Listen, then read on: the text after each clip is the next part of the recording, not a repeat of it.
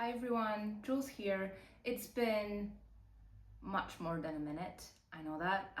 My life was in disarray, in a good way, in a bad way, in a lot of ways. But I decided to record this video with this big, thick tower of books because I'm going on vacation in a couple of days and I'm gonna read. I'm gonna read a lot, and I got myself a new ebook reader. So I wanted to make a list of books to read on vacation because sometimes when you're overwhelmed with so many decisions in your life, you just can't be bothered with one more. So I got you. This is chapterly yours.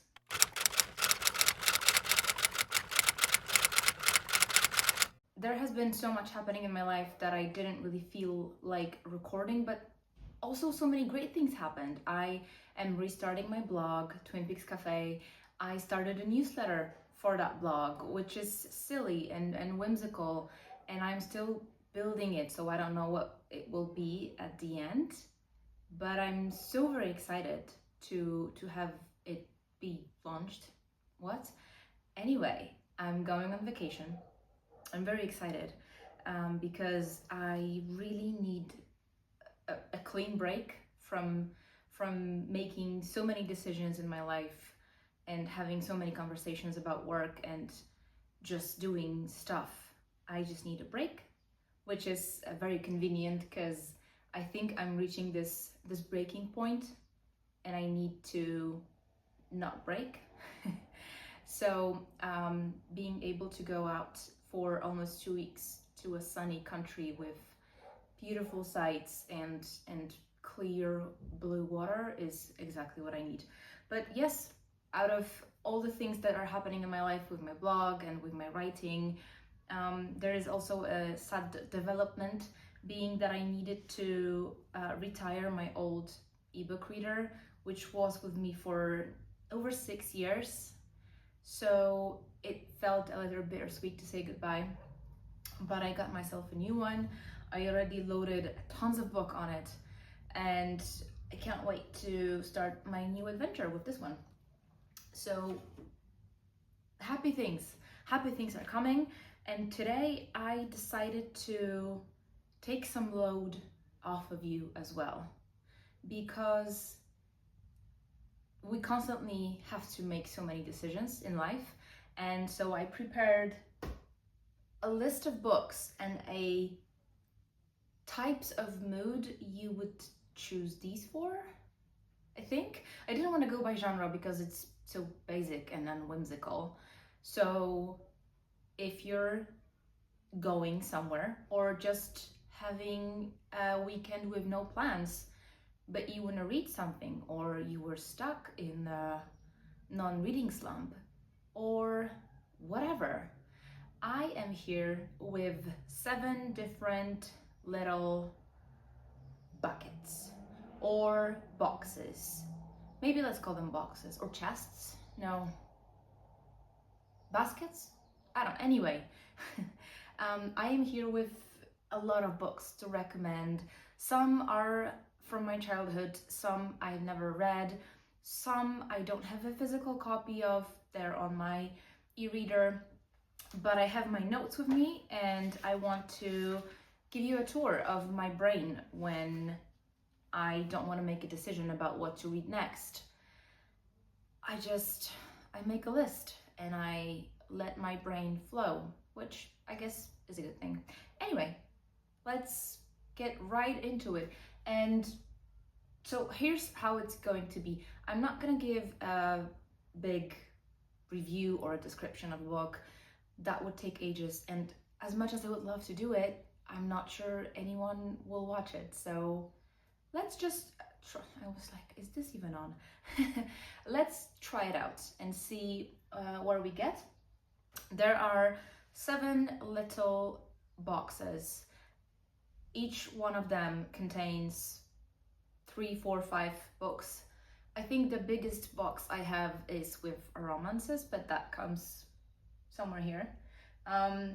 There's a lot of genres, a lot of stories, and I hope you will enjoy them. If it's not a physical copy, I will do a cover somewhere here, because I know how to do that. I learned that. A new skill, which is always great. Okay, so first we're gonna start with, I made sticky notes. Those are books that feel like summer vacation when you were little. I am feeling so nostalgic lately and sentimental in the best possible way, not bitter, only sweet. So I decided to think about what was I reading as a child when I was spending my summer vacation at my grandparents at the seaside. And I was fortunate enough to be able to be there for 2 whole months because I had family there. I had somewhere to stay for free. And my only worry back then was whether I want to swim in the sea or just lay on the sand or build sandcastles. So, let's go. I think, this one is, I think it was a reward for something from my primary school. Yeah, this is A Little Princess by Frances Hodgson Burnett. And this is instantly taking me back into those simpler times when the only decision I had to make was whether to swim right now or read a few pages and then go to the sea. Or maybe I will build a sandcastle or something. This was one of the first stories that really hooked me, and I remember just being completely immersed in it. The movie adaptation is also great. I watch it every time it's on the TV, and it's actually quite often on Polish TV, which is great. And I love it, and I think you're never too old to read a story like this. So yeah, that's number one. And I especially love this category of books that I'm telling right now. Something that gives you this warm, sentimental, warm feeling in your chest when you're reconnected with a story or a smell or a taste. That's wonderful. And I think the older and more mature I get, the more I appreciate things like this. So number 2 on my list, and that's actually such a sweet story. It's actually a series of books. It's called The Royal Diaries, and little me got 3 of these from my late granddad. He got me 3 of them. On the back of this book, there are six listed. So I was under the impression that there are only 6. I had 3 of them, and recently, when my nostalgic road trip in my mind began, I decided to track down the other 3 books, and I did, and I thrifted them, and I'm so happy. But then I realized, as I was into this rabbit hole of those royal diaries, is that there is at least 20 of them. Sadly, only 6 were translated into Polish, but I got every single one of them on my e-reader, and I got really, really moved. Like, there were tears when I realized that I have so much stories to still uncover. These 3 books that I have, I was rereading them constantly. They were so good. Right now, of course, I have a little different taste. I kind of grew up as a reader. So these are a little silly, a little whimsical, totally unreal, and not at all history accurate, but they awaken something so tender inside of me. I just love it. So when I realized that there is more than just 6 books, I was very happy. I was feeling full that I will be able to kind of complete this cycle in my life. So if you're looking for something that will transform you into this princess mood, and it's across the world, across the time, go for it. It's such a pleasure to read, such a pleasure. And by no means this is top-notch literature, no, but I think we don't need to be performative about this. You can just read what you like. Oh my god, this is so fun. I'm having so much fun right now.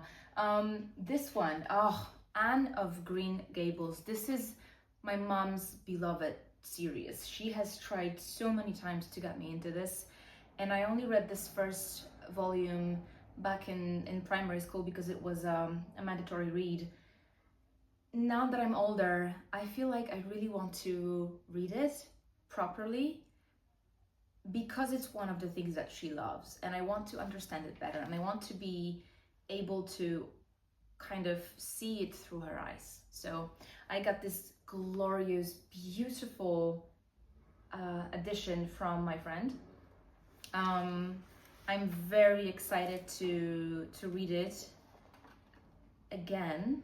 I haven't read this particular volume that I'm having in my hands, but I want to get back into this story, and I have to take those books from my mom to read them. She has the entire collection in Polish, and those editions are so old but yet so beautiful. I want to give them a try.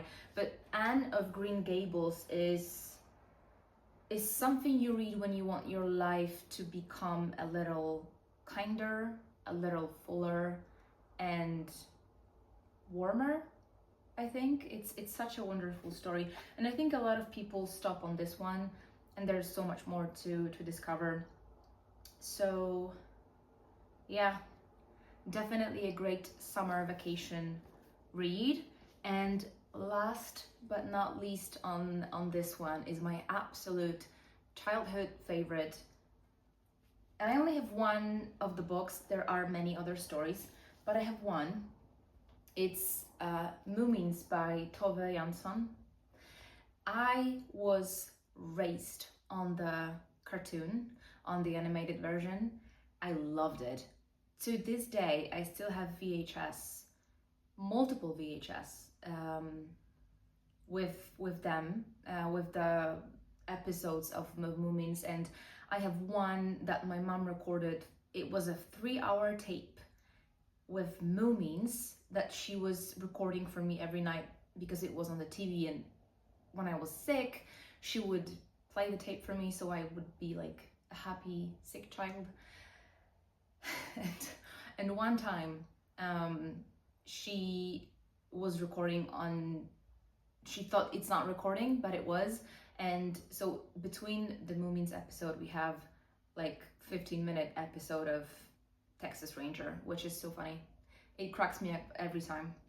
But Moomins is a literary comfort blanket. You cannot go wrong with those stories. And I'm just taking a peek into my notes, what I wrote about this. Whimsical, strange, gentle, exactly what's needed when you crave something soft. So give it a try if you haven't. Moomins have a special place in my heart, and I feel like I should get more of these physical copies for myself. Okay, that was box number 1, and now we're moving to box number 2. And the box number 2 also includes a little notes with ebook versions of the books that I'm talking about because I don't have a physical copy. It's okay. Box number 2 is called Books That Are Simply a Lot of Fun with Emotional Sprinkle. That was intentional because we're gonna start off with not the ebooks, but we're gonna start off with Dungeon Crawler Carl, the current internet sensation. I was hooked from the very first page of this series. I'm currently on part 5. 5, is it? Yeah, it's the 5th one, The Butcher's Masquerade. The 5th one, I have 3 more to read. Each one of them is thicker, which I love a good thick book. I love it. I love when the book is long and it's captivating and interesting. And Dungeon Crawler Carl is a lot of fun. It really is, but it's also a good amount of emotional instability and resilience and staying true to yourself and staying human in the most daring times and circumstances. And I feel like a lot of people, when they're talking about Dungeon Crawler Carl, are misguided by the concept of this being a alien reality TV show kind of thing, and I get it. But Matt Dinneman sneaks so much of important stuff in this. It's insane how talented of a writer he is. Plus all of those pop cultural references. Oasis, hello, yes. But everything about this series is so important in the times that we live in. I feel like if you gave up after volume 1, keep going, because it's so worth it. I had struggles with part 4 because it was so heavily emotional for me. I needed to take a break, but I came back, and in 3 days I read 600 of part 5. So such a great series. I only have problem with it when it's in Polish. I tried. It's horrible for me. I'm so much happier reading it in original in English, but I did buy the first part for my nephew, and I'm quite interested to see if he likes it or not. I hope he does, because it's such a great series, and I think it will teach him a lot. So Dungeon Crawler Carl is a book when you need something that is addictive, something that is absolutely bonkers, but still carries an important message forward. So yeah, absolutely fantastic choice for summer vacation. I would say if I was to rank all those books from 1 to whatever, that would be my number 1. I will not take part 7 for my vacation, because those are quite heavy and a lot of pages, and we're trying to save space, and I'm taking my ebook, so I'm probably gonna do some romances on my vacation, but that's fine. When I come back, I'm gonna have 3 more books to go through. And I actually love how Dungeon Crawler Carl has become theme for me, a bookish theme in 2026. It's awesome. I read a lot this year, but my cornerstone of my timeline in 2026 is Dungeon Crawler Carl, and I love it. And I heard that they're gonna do a TV show, which I'm gonna say I'm super excited, but also good luck to all involved, because that's a task. That is a task, and I will I'll keep my fingers crossed, because the hell, man, good luck. Anyway, moving on, we're moving to a book that I love, and this is my instant recommendation to everyone. If you ask me, Jules, what should I read? I'm always gonna answer The Martian. Always, forever, this will be my number 1, because this book is both so easy and so complicated. It's ridiculous. Andy Weir is one of the greatest sci-fi writers alive right now, and reading this book, it was such a pleasure to read it for the first time. It's a perfect book when you're really overloaded with decision making, like I am right now, because you're practically watching someone solve increasingly bizarre, weird, and ridiculous problems in real time. It's amazing. It takes all the load off of you, and you can see how it's done, and I'm gonna say it every time, duct tape really save lives. So go for it if you really feel like you want something warm and simple, but also just watching someone solve those unsolvable problems. Did I say Dungeon Crawler Carl would be my number 1 on the list? I think I should go back to the OG and put Carl as second, and The Hitchhiker's Guide to the Galaxy as my number 1. This is the trilogy of 4 So all 4 books that Douglas Adams had written are here in one. I also have it in a digital copy because sometimes on my vacation I feel like rereading those stories. Absolutely one of my favorite things. So read this if you're looking for something clever, absurd, and delightfully weird. It's such a joy to read. It's a page turner.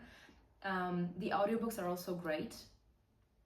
I just wish this had a good adaptation.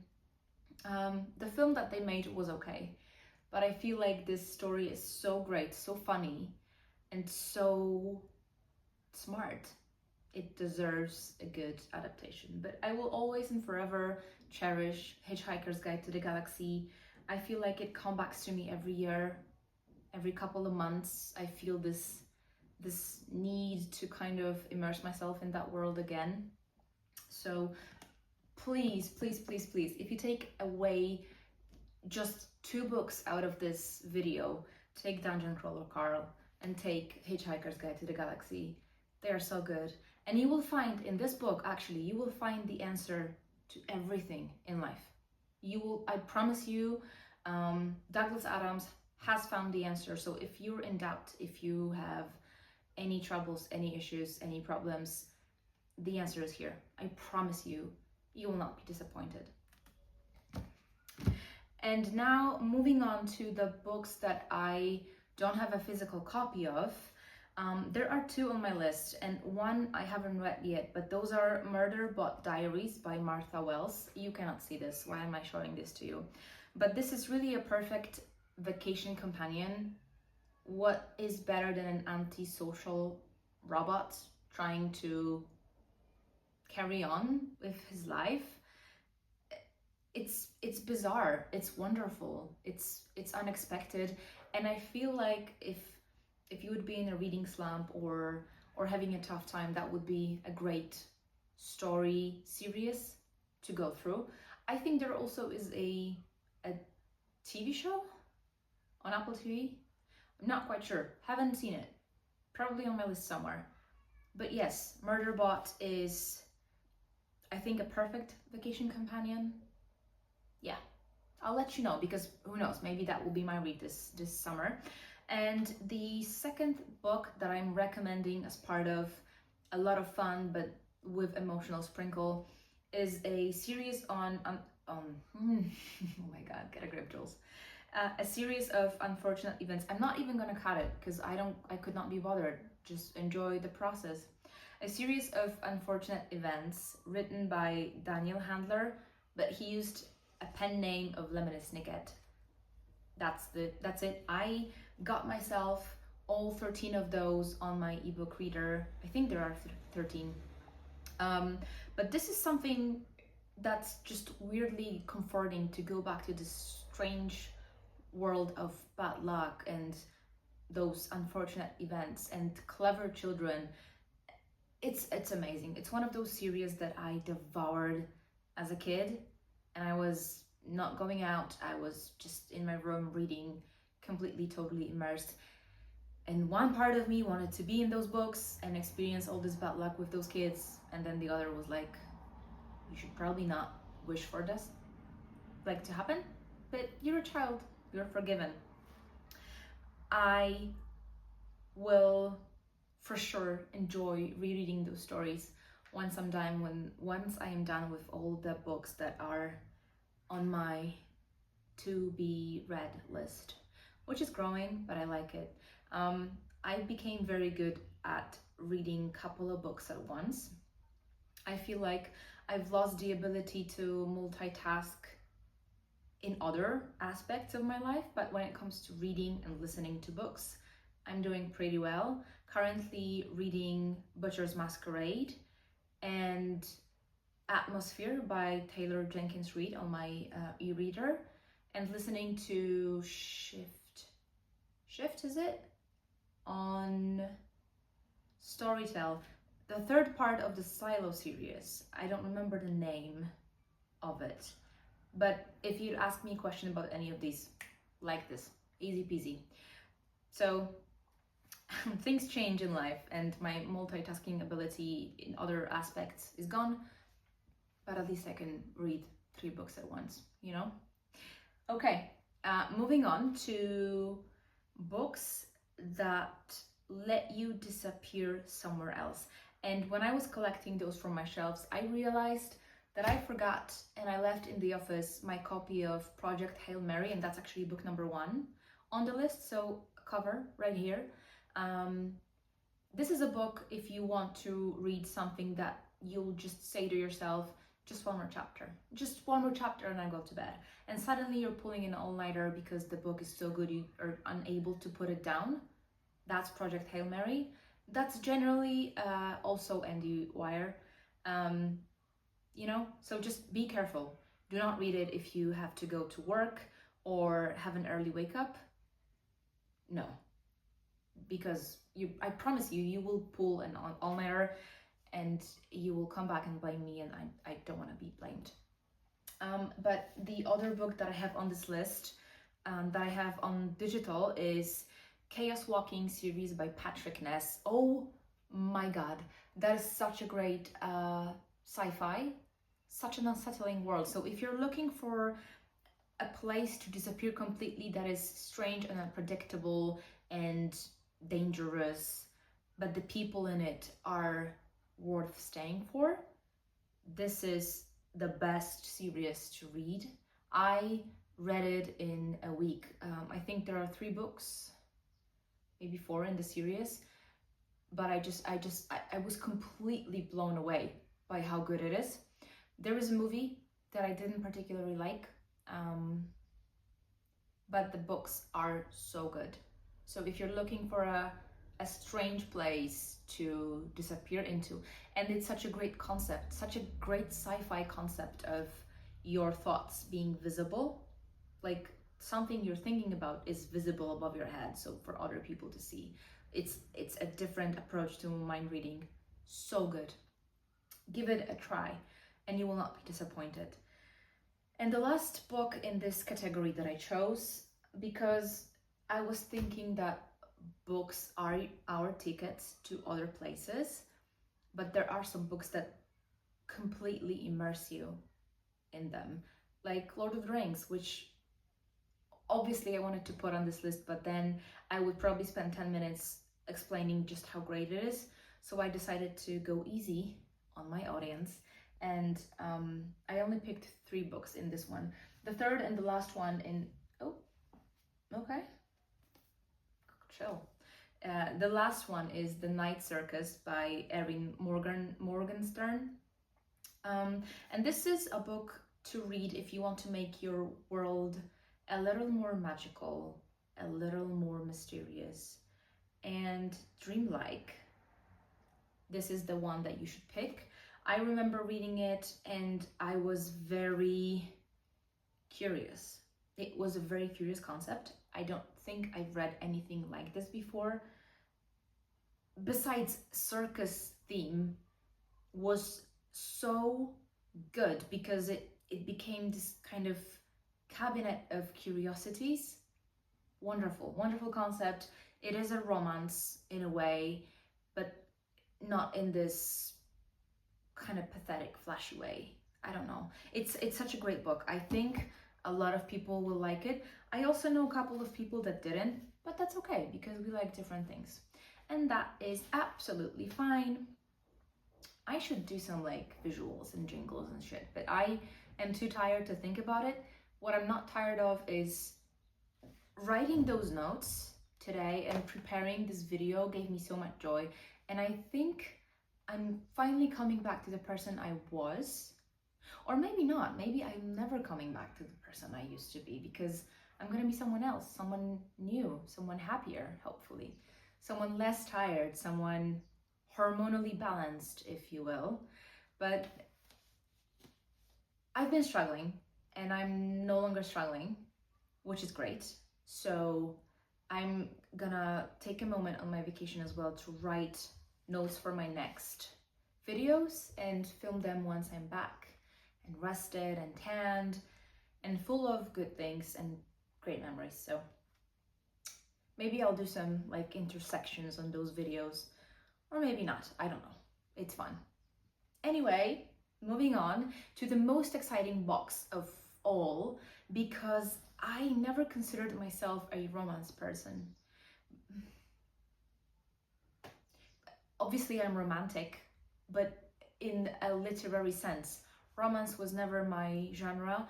I learned this year that romantasy is definitely not my genre. I tried last year. I was listening to audiobook of Fourth Wing and I didn't like it.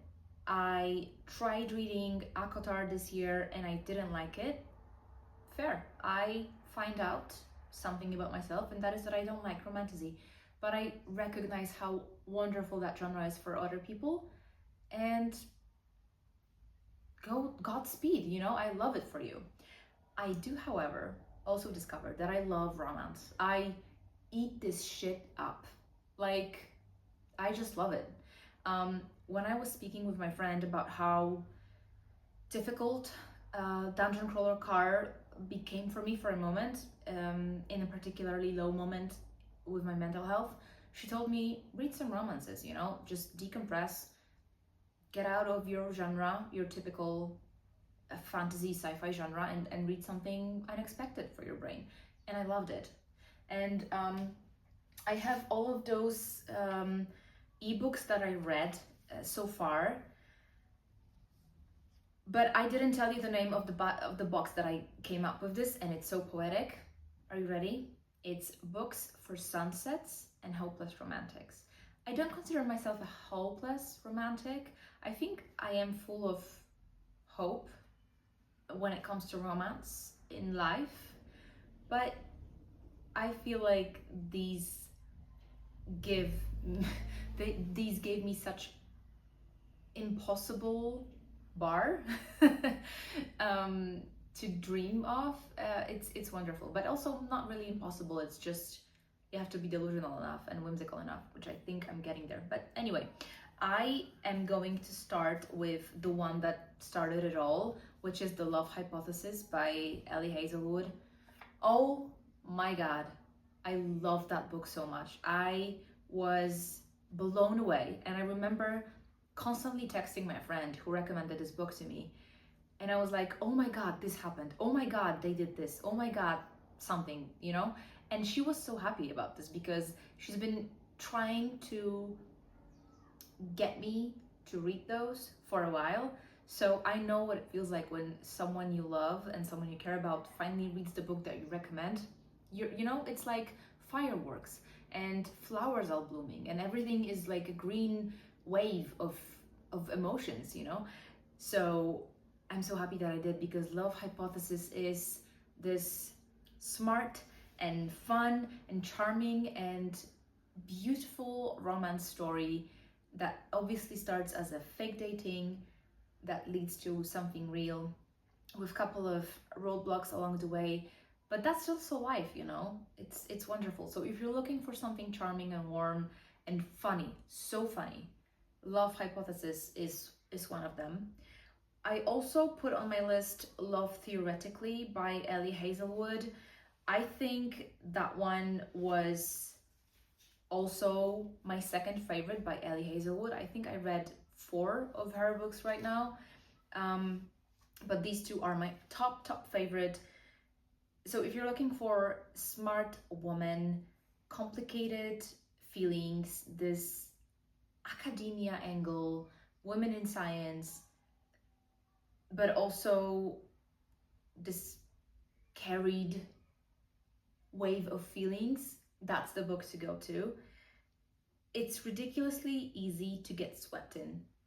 And I will tell you that if you're going away for more than a week, you will need like 5 or 6 of those books, because you will be unable to stop. Trust me, it's you start in the morning and then by the afternoon you're done. That's how amazing those books are.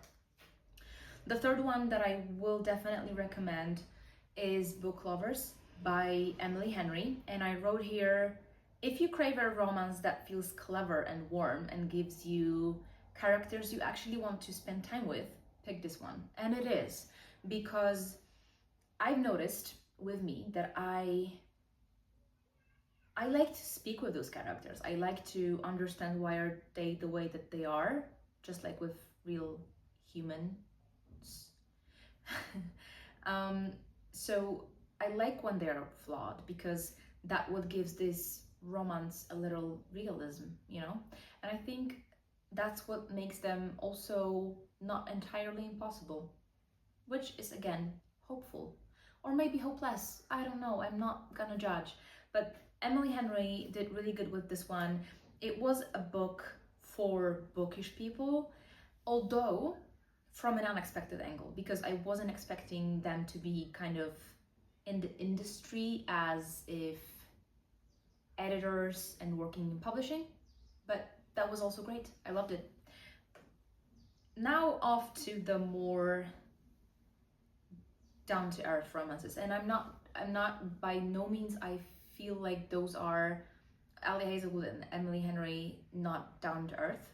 They also touch upon very serious themes, but the romances that I'm going to talk about right now are a little heavier. Nothing bad is happening, just they're a little emotionally heavier.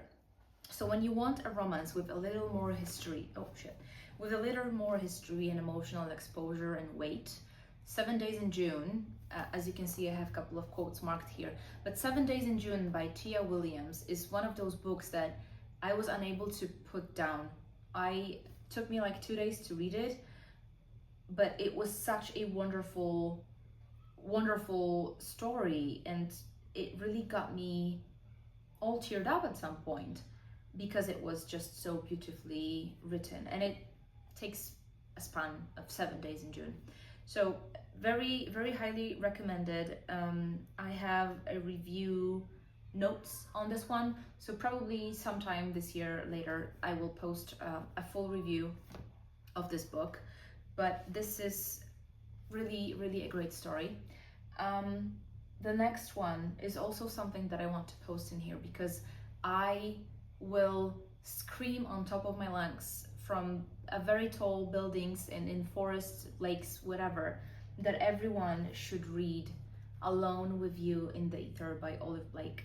She wrote such a beautiful and complicated and wonderful story, and this is something you read when a romance that you're looking for is messy but also beautiful, and it showcases all the strange and weird ways people find one another in this world. And I also love her writing style. It's so light and yet so filled and charged with emotion and sometimes unspoken things, but she speaks them, but it's still unspoken. It's honestly mind-blowing how she does that. But I want more people to know about this book. Please, that's the top 3 that I'm recommending. This is something to read. I promise you will not be disappointed, and it's relatively short. Great vacation read, super light paper, well, not paperback, no, it's not a hardcover. So yes, definitely something you can take on vacation with you. And lastly, a book that I already posted a video on. This was my first read of 2025. I loved it. It's called Open Water by Caleb Azuma Nelson. Probably the most lyrical book I read so far. So if you're looking for something intimate, something poetic, something filled with trauma but also so much love, Open Water is your pick. It's not going to bring you down, but it will definitely leave you thinking a little. So be careful. I don't want you to feel down on your time off. I just will forever recommend this book because it's so great. Oh my god, this is going so well.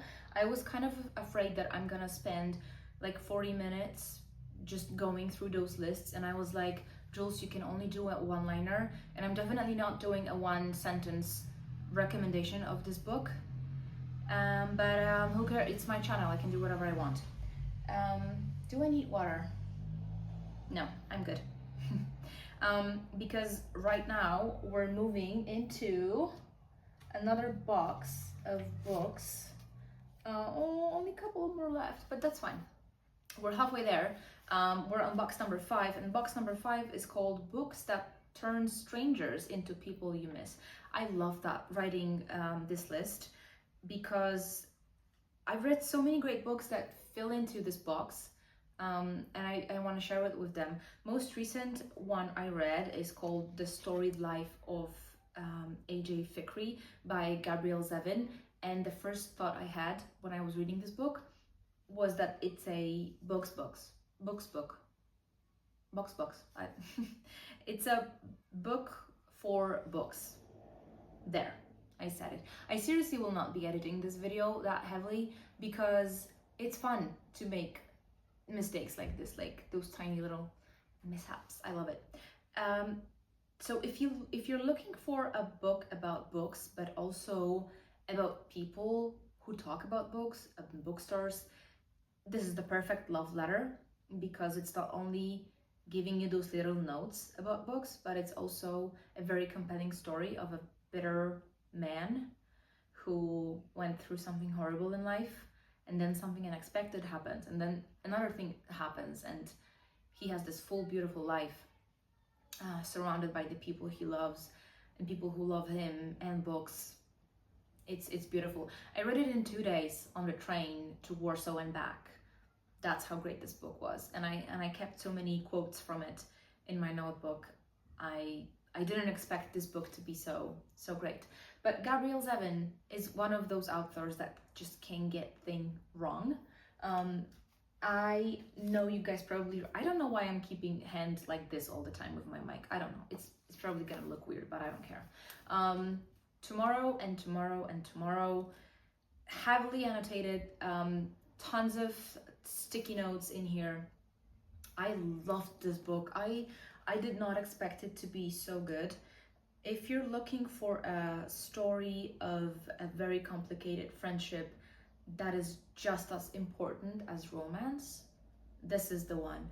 I also loved the video game developer setting. It was so good, and the plot twist, I did not see it coming, because I'm a naive person when it comes to that, like in a good way. I feel like a lot of words have this negative connotation to it, like nostalgia or being naive. I love that about me, because I always assume the best, you know, and I love that about me. So when I was reading this book, I completely did not expect things to happen, and they happened, and I was shocked, I'm telling you. But this is definitely one to read if you're looking for friendship that kind of overshadows the romance part. It's so great, so wonderful. Another book in this box of strangers you will miss is The Goldfinch by Donna Tartt. I was so blown away by this book. I don't think I've read something like this before, where so many things happened and you just have to deal with them. This is one of the heavier reads on my list for you. So if you're in a space where you're mentally tired and you really need something that will take that load off of you, that's probably not the best book, but it is something that I will recommend when you need something to kind of shake you a little bit. Maybe you need to be shaken out of something. This definitely did it for me. Once again, I have not anticipated what will happen in this one. I really was just blown away. If you need something that will shake it out of you and leave you shocked, Goldfinch is the way to go, for sure. And lastly, my last year's summer read, The Bee Sting. I also have made notes for a review video of Paul Murray's The Bee Sting. This book was so fucking good. I cannot. I recommended it to a couple of people and they loved it. So if you're looking for a story where you can quietly follow a very strange family through their respective eyes, this is the way to go. Paul Murray wrote it from 4 different perspectives, using 4 different writing styles and storytelling techniques. You will be turning pages so fast, I paced myself with this one. I remember trying not to read everything in one go. I paced myself. I forced myself to pace myself because I didn't want to finish it so fast. But it was one of the masterpieces, contemporary masterpieces I read in 2025, and I think in my entire life. Whew. From one tower here to, I have 2 towers now. I have 2 towers. I'm so proud of myself.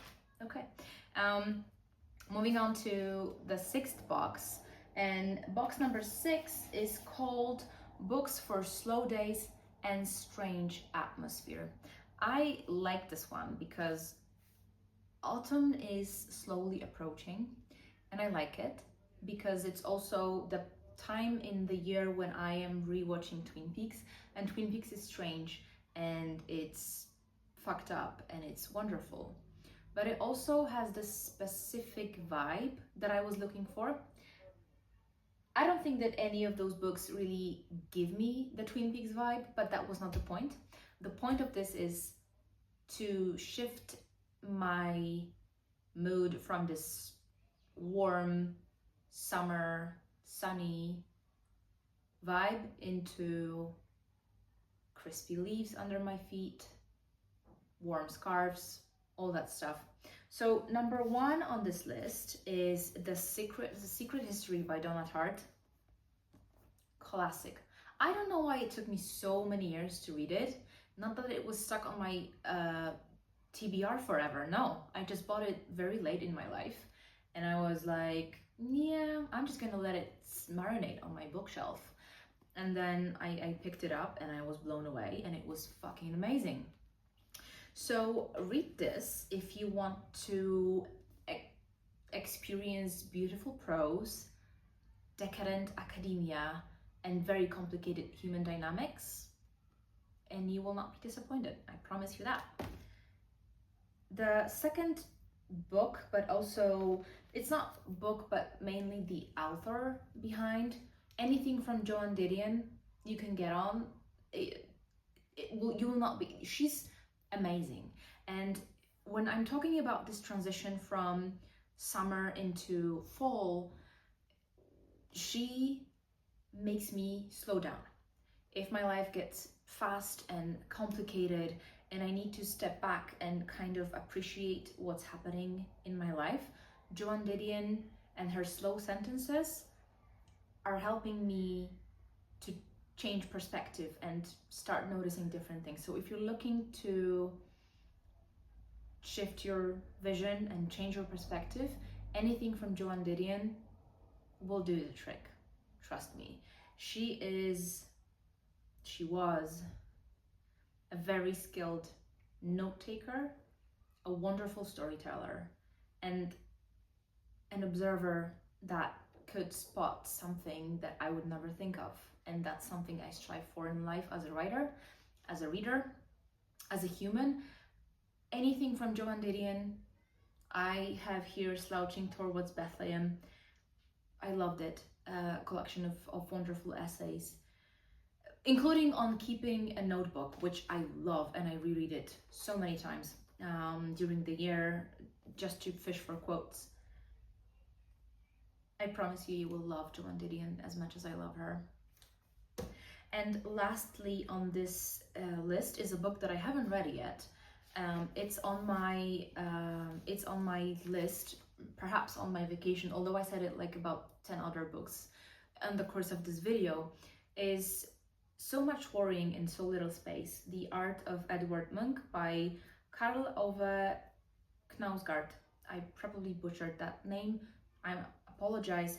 But if you want to spend a couple of hours of your time by becoming completely fascinated by an artist and the world he inhabited, this is the book to go to. I really like Edvard Munch's art.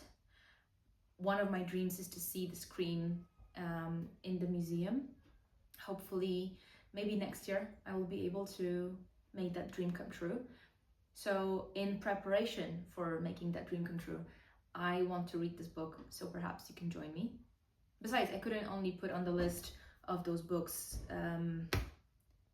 just my funny fictional things. I had to do some nonfiction.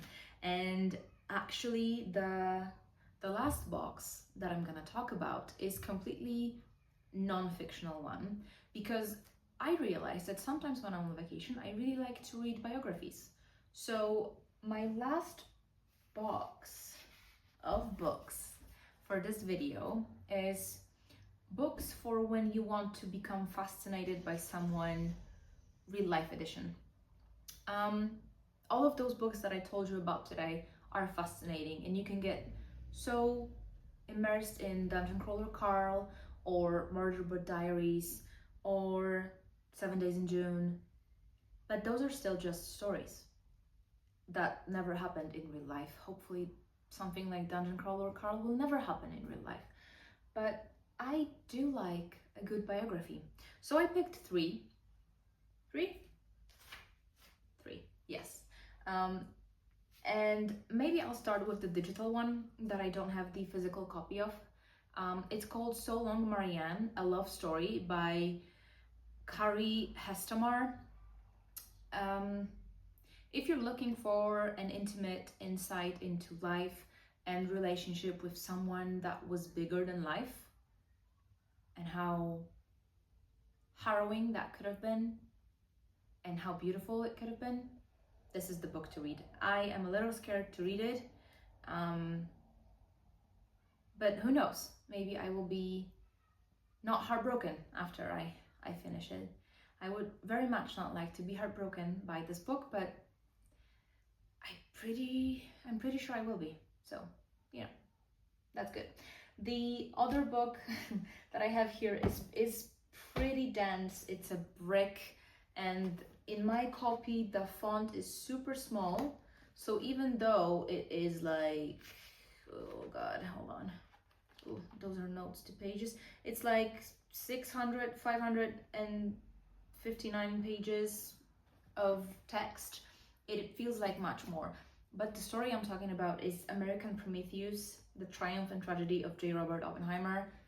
Obviously, Christopher Nolan's film was a driver for me to learn more about Oppenheimer and his life and the tragedy and the genius behind it. So if you're looking for a book that tells a story of a complicated life, of a complicated person, this is the book to refer to. I will also recommend the movie.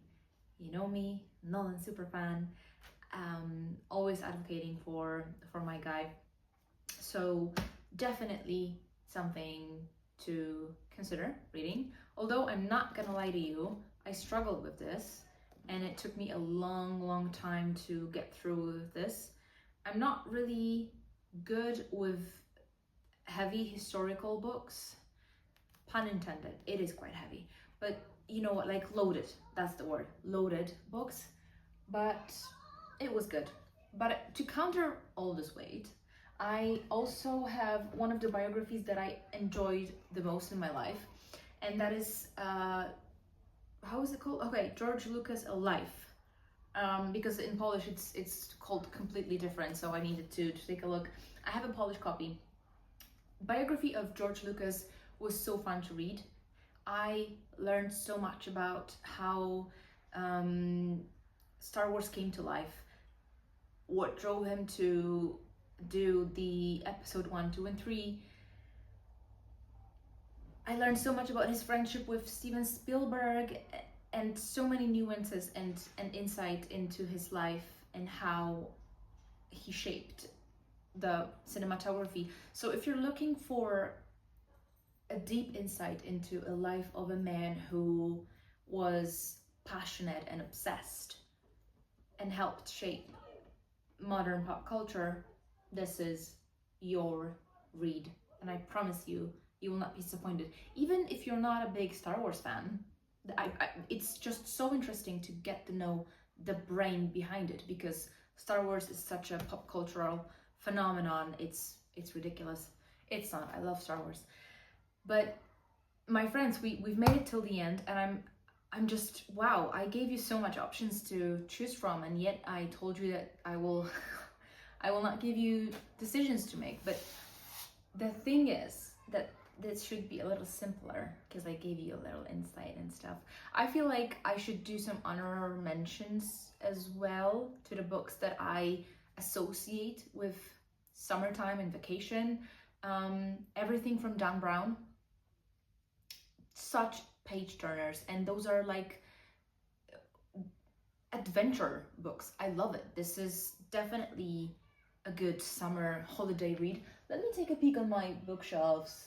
What else? I did speak about Tolkien. Ooh, Watership Down. I had no idea how brutal that book was, but it's also so wonderful. And some people might laugh because it's about rabbits, but we all know it's not about rabbits, right? That's common knowledge, right? Definitely Richard Adams wrote a great book. I would also recommend Peter Pan. That's a good vacation read. Artemis by Andy Weir was also a great read, but I do not want to overwhelm you guys. I hope you will find something. I hope you'll find a good read from this list. If I was to give you top 3 choices that I would, if I could read them for the first time during my summer holidays, I would Hitchhiker's Guide to the Galaxy, Dungeon Crawler Carl, the entire series, and Alone with You in the Ether. That's it. That's the takeaway from this video. But I do hope you liked it, and I promise to be more active on this channel because it brings me so much joy. I am so filled with happy hormones right now. I think my brain will explode. I do hope you liked it. I will try to be more upfront with my feelings and what's happening, and post more about the books that I love, because every time I finish a book I feel so grateful that I get to experience those stories. It's ridiculous, and I want to share it with the world. So thank you. I hope you loved it. If not, then I'm doing this for me, so you know, whatever. But I love you, thank you, and I hope you'll have the best summer vacation ever. If you don't have summer vacation, I hope you'll spend a good weekend or a couple of weekends reading somewhere beautiful in nature, or in a cafe, on your couch, in your bed. I do that too sometimes, and it's glorious. Bye!